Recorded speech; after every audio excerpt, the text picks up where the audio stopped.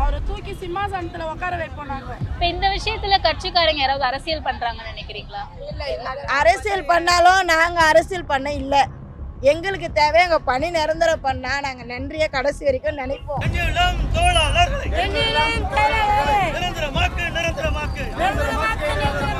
CM வராங்க, அவங்க வராங்க, இவங்க வராங்க, அந்த ரோடை க்ளீன் பண்ணி சுத்தம் பண்ணி சுண்ணாம்பு போட்டு வைக்கிறது நாங்கள் தான். நீங்கள் எங்களை குப்பியில் போட்டு ஏசியில் உட்காந்துன்னு பார்க்குறீங்களா? வீட்டுக்கு போனால் இந்த மாதம் சம்பளம் இன்னும் கையில் வரல. நாங்கள் போன மாதம் செஞ்சுது. வீட்டுக்கு போனால் வாடகைக்காரர் கேட்பாரு, இபி பில் கட்டணும், குழந்தைக்கு சோறு பொங்கணும். என் கையில் காசு இல்லை. வீட்டில் பூட்டு தோணாலும் பரவாயில்ல, நாங்கள் இங்கே தான் இருப்போம். எதுக்கு கான்ட்ராக்டுங்க? ஓட்டு போடும் போதெல்லாம் நாங்கள் வேணும். இப்போ ஓட்டு கான்ட்ராக்ட் கொடுக்கறதுனால தான் உங்களுக்கு கான்ட்ராக்ட் கொடுத்துட்டாங்க. உங்களுக்கு வேலை இல்லை, சேர்ந்த கான்ட்ராக்டில் சேருங்க, இல்லைன்னா போயிடுங்க வெளியில் அப்படின்றாங்க. இந்த தூய்மை பணியாளர்களுடைய வாழ்வாதாரம் பட்டினி போராட்டம் அப்படின்ற ஒரு சூழ்நிலையை நினைக்கல. குப்பையை போல தூசி மாரி தூக்கி அறிகிறாங்க. Holidays-nale adu namma GT Holidays da.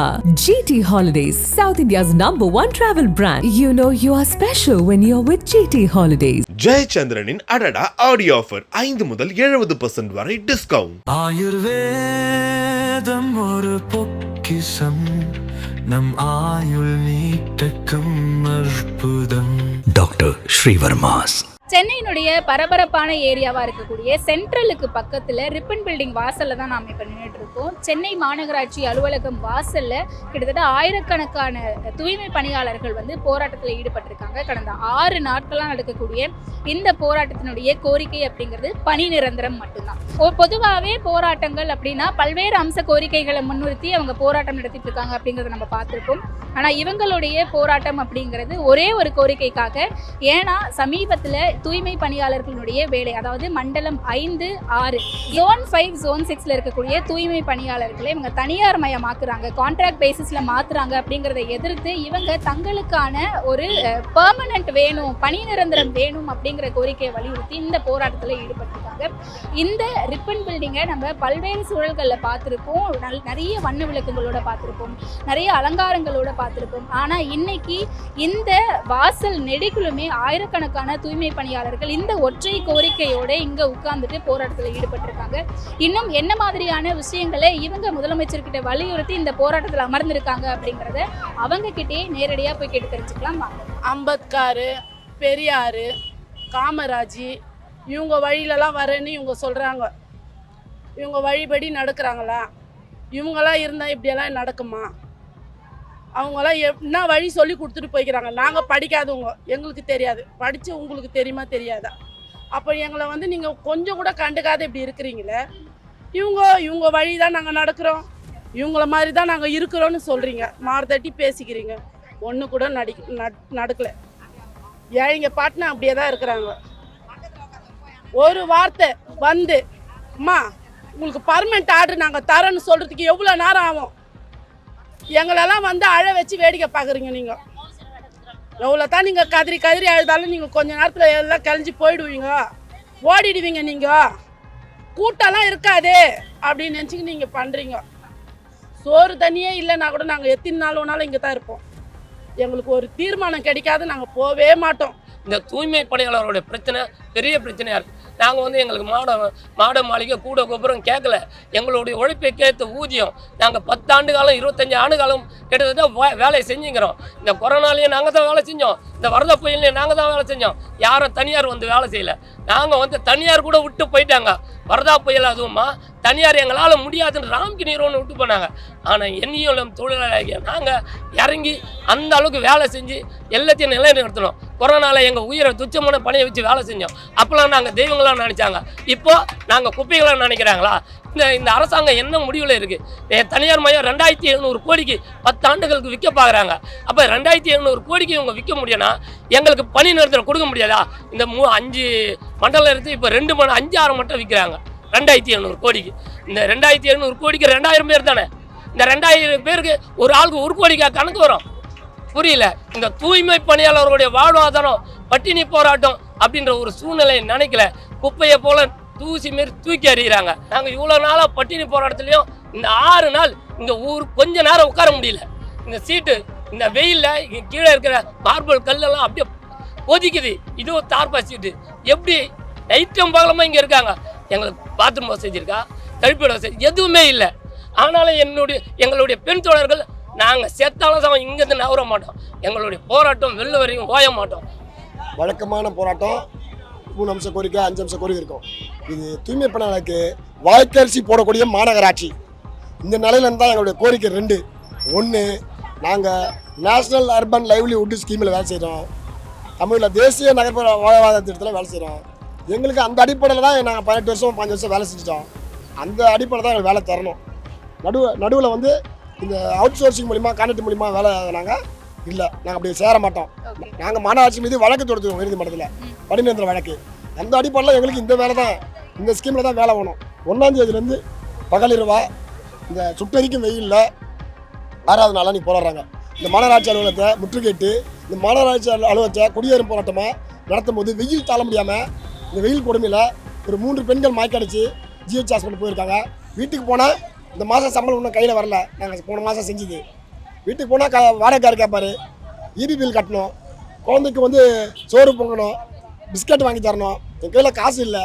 வீட்டில் பூட்டு தோணாலும் பரவாயில்ல, நாங்கள் இங்கே தான் இருப்போம், எங்களை கைது பண்ணாலும் பரவாயில்ல, ரோல் சிறைக்கும் போகிறோம். சக்கரைன்னு பேப்பரில் எழுதினா நாவலை வந்து இனிக்காது.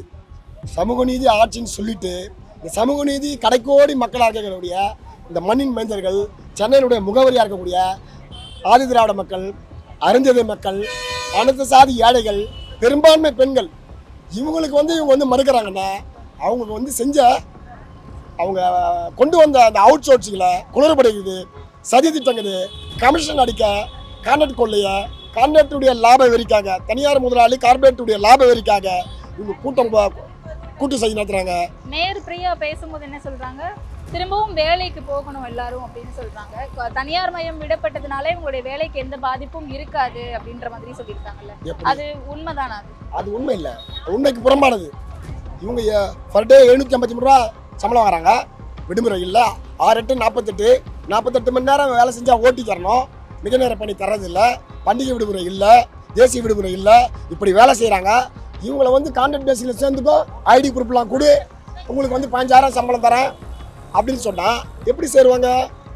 இன்னைக்கு இருக்கிற விலைவாசியில் யாராவது 7,000 23,000 சம்பளத்துலேருந்து மாத சம்பளம் 7,000 கம்மி பண்ண யார் வருவாங்க?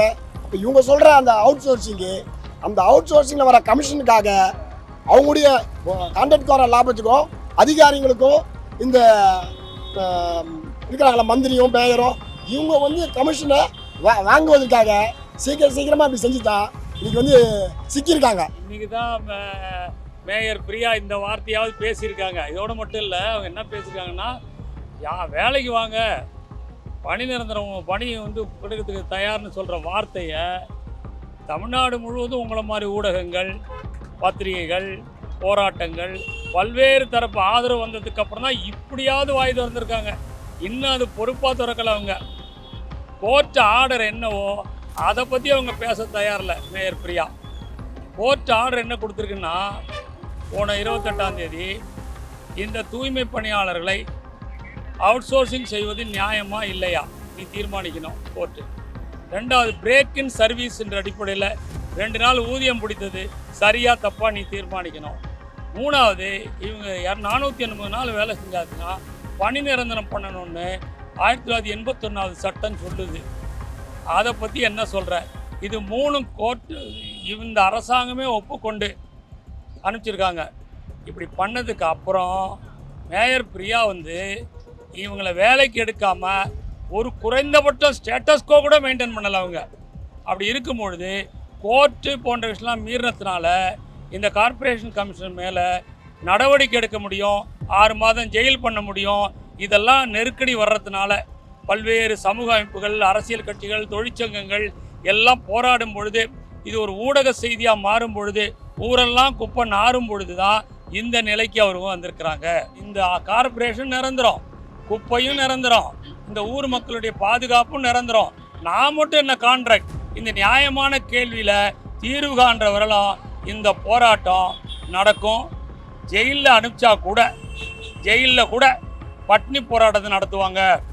இந்திய அரசியலில் தமிழ்நாட்டு அரசியலில் ஒரு நெருக்கடியை உருவாக்குவோம். உக்காரி வந்து ஒரு பதில் வரல, எங்களை என்ன ஏதுன்னு கூட உள்ளே இருக்க ஒரு அதிகாரி வந்து கேட்கல. மழை காலத்தில் படுத்திருந்தா கூட உள்ளே வந்து படுங்கன்னு கூட கூப்பிட கேட்டு சாத்திட்டாங்க. எவ்வளோ பாடுபட்டிருப்போம் இந்த ரிப்பல் பில்டிங்கில் நாங்கள். ஆமாம், உள்ள இல்லை நாங்கள் அலோட் இல்லை அப்படின்னு நைட்டு தெத்துறாங்க. நேற்று நைட்டு மழை வருதான். இதை நம்பி இத்தனை வருஷம் இருந்தோம்.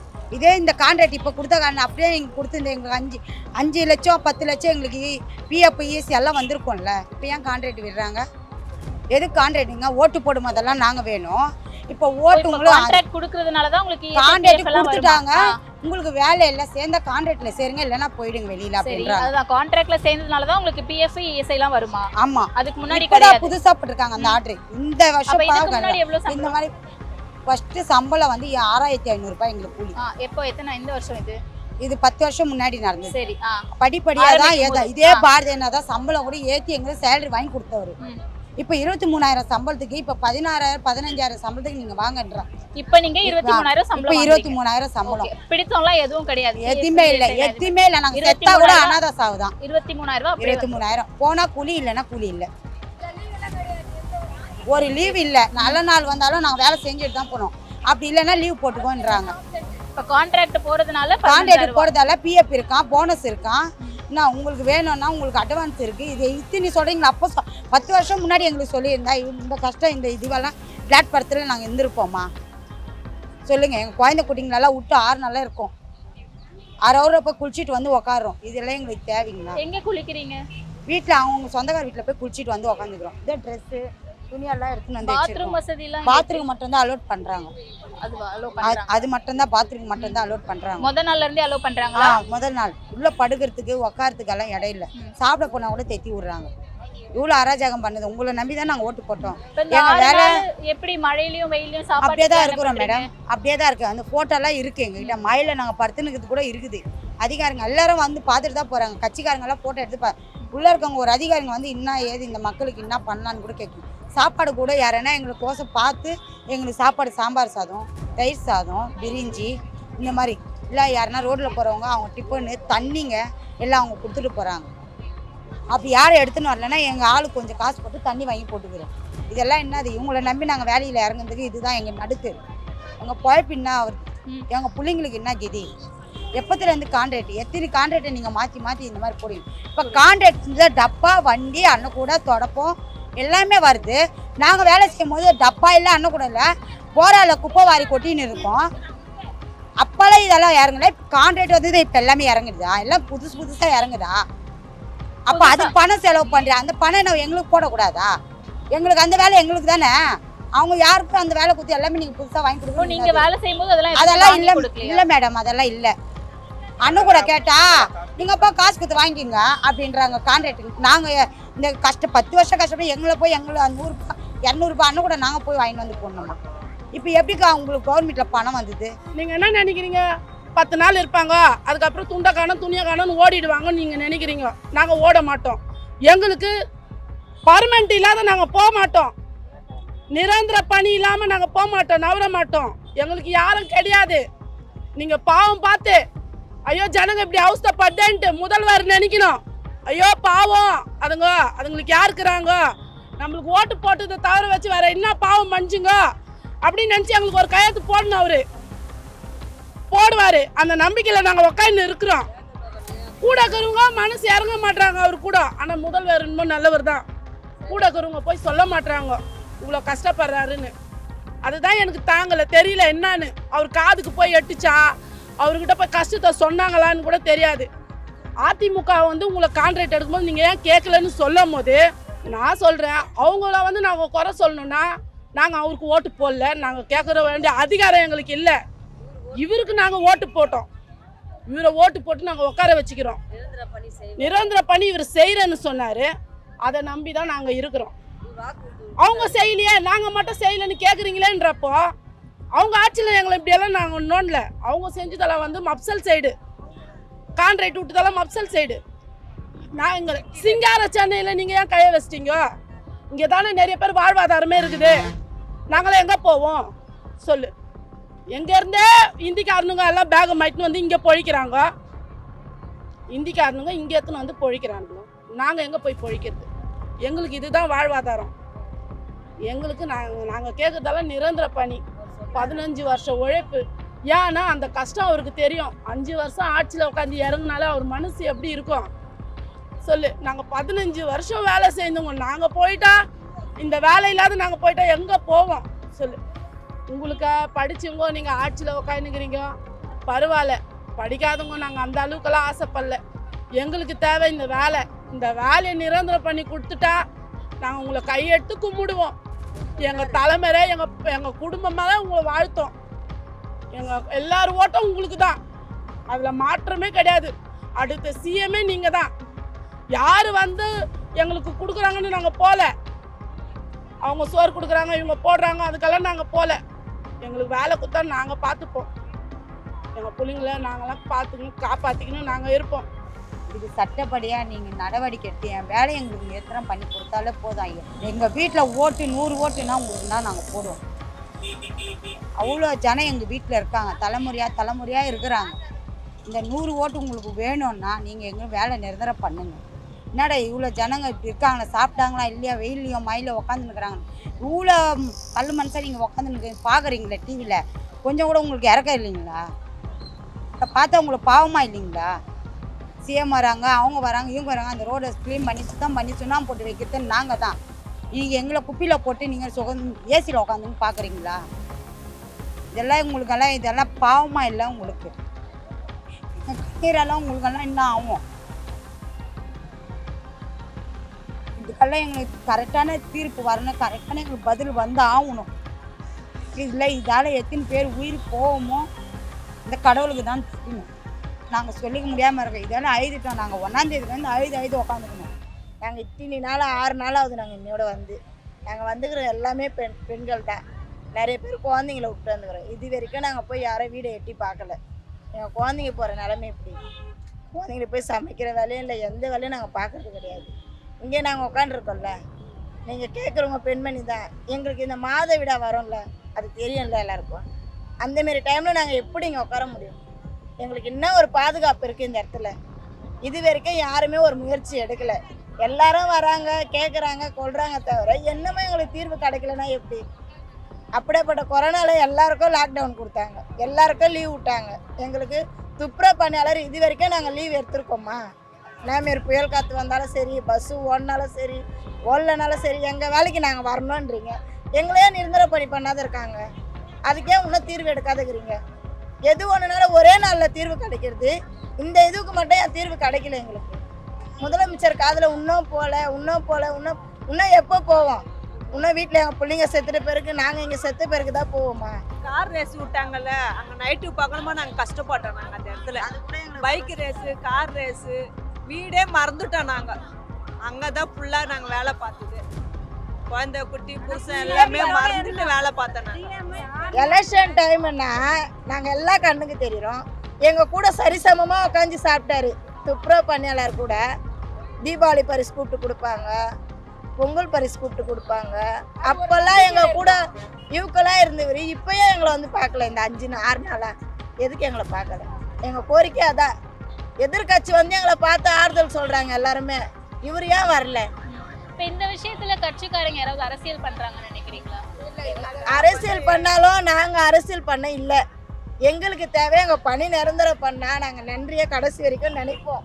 அவர் வராதையே நாங்கள் அவருக்கு நன்றி கடனை காட்டணும். அவர் அதேமாரி எங்களை காட்ட சொல்லுங்க, அது போதும். குப்பை இருக்குதுன்னு கம்ப்ளைண்ட் பண்ணுறாங்க.